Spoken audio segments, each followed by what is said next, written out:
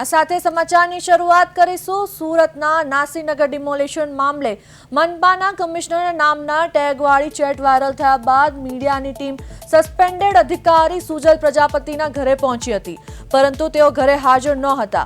આ સમગ્ર મામલો હાલ હાઈકોર્ટમાં ચાલી રહ્યો છે, જ્યાં અગાઉ પાલિકા દ્વારા સસ્પેન્ડ કરાયેલા 5 અધિકારીઓ પૈકીના સુજલ પ્રજાપતિએ કોર્ટમાં એફિડેવિટ ફાઇલ કરી આ વોટ્સએપ ચેટ રજૂ કરી છે। એફિડેવિટમાં દાવો કરાયો છે કે પાલિકા કમિશનરે જ ડિમોલેશન કરવા માટે આદેશ આપ્યા હતા, જેથી તેમનો સસ્પેન્શન ઓર્ડર રદ કરવામાં આવે।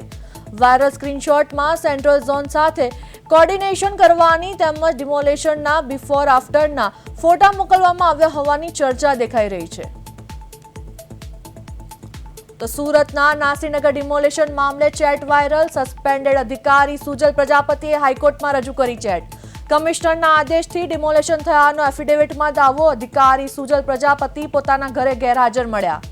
પાલિકા કમિશનરના નામના ટેગવાળા સ્ક્રીનશોટ વાયરલ।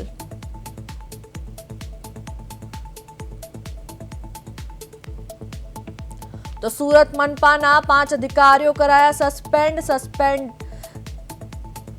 સસ્પેન્શન ઓર્ડર રદ કરવા હાઈકોર્ટમાં કરાઈ માંગ। વાયરલ ચેટમાં સેન્ટ્રલ ઝોન સાથે કોર્ડિનેશનની વાતો, ડિમોલેશનના આફ્ટર બિફોરના ફોટા ચેટમાં હોવાનો દાવો।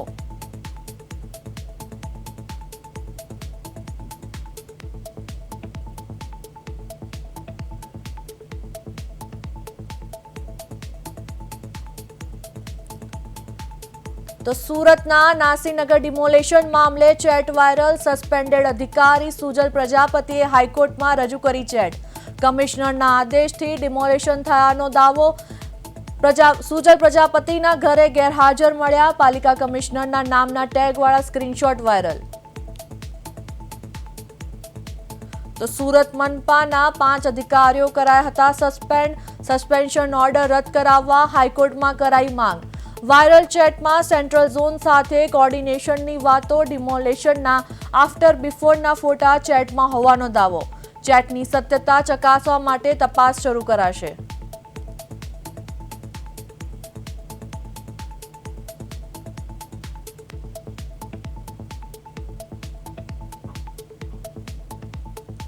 તો સુરત નાસીનગર ડિમોલેશન મામલે ચેટ વાયરલ થઈ, સસ્પેન્ડેડ અધિકારી સુજલ પ્રજાપતિએ હાઈકોર્ટમાં કરી ચેટ રજૂ। કમિશનરના આદેશથી ડિમોલેશન થયાનો એફિડેવિટમાં દાવો, અધિકારી સુજલ પ્રજાપતિ પોતાના ઘરે ગેરહાજર મળ્યા। પાલિકા કમિશનરના નામના ટેગવાળા સ્ક્રીનશોટ વાયરલ થયા। સુરત મનપાના 5 અધિકારીઓ સસ્પેન્ડ કરાયા।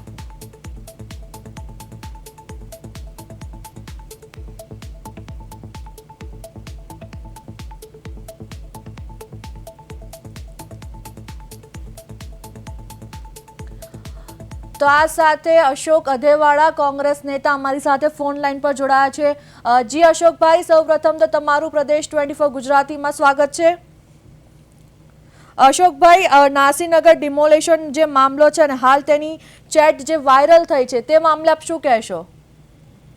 યશવીબેન, જે નાસીનગર વાળો મુદ્દો છે અને જે ચેટ વાયરલ થઈ છે એમાં મારે ફક્ત એટલું જ કહેવાનું થાય છે કે આ જે કમિશનર સાહેબના જે મેસેજનું સેટ વાયરલ થઈ એમાં ભાજપના મોટા માથા 100% જોડાયેલા છે અને ભાજપના મોટા માથાના આદેશ સિવાય આ વસ્તુ ક્યારેય શક્ય બને નહીં, કારણ કે સુરતના તમામ ધારાસભ્યોનું કશું કાંઈ ચાલતું નથી। પ્લસ બીજું કે જે નાસીનગર વિસ્તાર છે એમના સાંસદ સુરતના છે, તો સુરતના સાંસદના વિસ્તારની અંદર આજ સુધીમાં સુરતના સાંસદ નાસીનગર મુદ્દે એક પણ શબ્દ નથી બોલ્યા।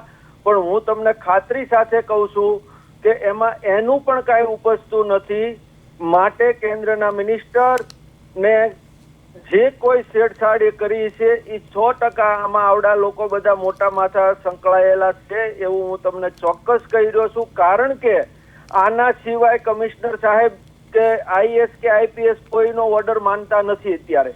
પણ મારે આપના માધ્યમથી બેન એક જ કહેવા માંગુ છું કે અધિકારીઓને આટલા વર્ષે હવે બુદ્ધિ આવવી જોઈએ, કારણ કે આવા રાજકીય મોટા માથાઓ જ્યારે એમનો ભોગ બની જાય છે અધિકારીઓ, તો અધિકારીઓને પણ વિચારવું જોઈએ કે આવી રીતે ગરીબ માણસોના ઝૂંપડા આંચકી ન લેવાય અને ગરીબ માણસોને ઘર વિહોણા ન કરાય. કારણ કે મને તો એવું અત્યારે હું તમને એવું કહી રહ્યો છું કે મને 100% શંકા છે કે આ પ્રોજેક્ટની અંદર જે પ્રોજેક્ટ માટે થઈને આ ઝૂંપડા પાડ્યા છે એમાં કાંઈ ના કંઈ ભાજપના મોટા માથાઓ સાયલેન્ટ ભાગીદારમાં જોડાયેલા છે એવું હું તમને કહેવા માંગુ છું. જી અશોકભાઈ, જો આ ચેટ ખરેખર સાચી સાબિત થાય તો જે સુજલ પ્રજાપતિ છે કે તેમના વિરુદ્ધ શું કાર્યવાહી કરવામાં આવે? જો બેન, મારી દ્રષ્ટિએ તો મને એવું લાગે છે કે પ્રજાપતિ સાહેબે જે કાંઈ એના સ્ક્રીનશોટ જે કોર્ટમાં રજૂ કર્યા છે એમાં કમિશનર સાહેબે એમને આદેશ કર્યો છે એવું ચોખ્ખું બતાવે છે. બરાબર છે ને?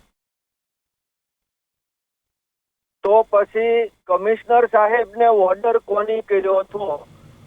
બરાબર, કમિશનર સાહેબને જ્યારે ઓર્ડર થયો હોય ત્યારે હું તો એવું માનું છું કે સુરત કોર્પોરેશન કમિશનરથી લઈને દરેક લોકો સસ્પેન્ડ થવા જોવે આ મુદ્દા ઉપર, અને આની અંદર ભાજપના જે મોટા માથાઓ સંકળાયેલા છે એમની પાછળ પણ યોગ્ય તપાસ થવી જોવે. તો અશોકભાઈ, આજે નાસીનગરનું ડિમોલેશન તો એમાં જે અસરગ્રસ્ત પરિવારો છે એ લોકોને ન્યાય અને વળતર માટે સરકારે હવે શું કરવું જોઈએ? એને તાત્કાલિક એને કોઈ હોલની અંદર, આપણે કોઈ કોમ્યુનિટી હોલની અંદર એવડાય લોકોને અત્યારે રાખ્યા છે એવી વાત છે, પણ એવડાય લોકોને તાત્કાલિક રહેણી મકાન આપવા જોઈએ, આવાસના મકાનમાં એને તાત્કાલિક ફેરવવા જોઈએ. કારણ કે આ ગુજરાતની અંદર કોઈ પણ મધ્યમ ને ગરીબ માણસોના ઘર આંચકી લેવાની કોઈ સરકાર પાસે ક્યારેય સત્તા હોતી નથી, અને એ પણ પોતાના ફાયદા માટે થઈ. તો આના માટે મારી એક જ માંગ છે કે તાત્કાલિક ગવર્મેન્ટને એને તાત્કાલિક મકાન એમને આપવા જોઈએ. જી અશોકભાઈ, તમે પ્રદેશ 24 ગુજરાતી સાથે જોડાયા તે બદલ આપનો આભાર. તો સુરત નાસીનગર ડિમોલેશન મામલે ચેટ વાયરલ, સસ્પેન્ડેડ અધિકારી સુજલ પ્રજાપતિએ હાઈકોર્ટમાં રજૂ કરી ચેટ. કમિશનરના આદેશથી ડિમોલેશન થયાનો એફિડેવિટમાં દાવો, અધિકારી સુજલ પ્રજાપતિ પોતાના ઘરે ગેરહાજર મળ્યા. પાલિકા કમિશનરના નામના ટેગવાળા સ્ક્રીનશોટ વાયરલ થયા.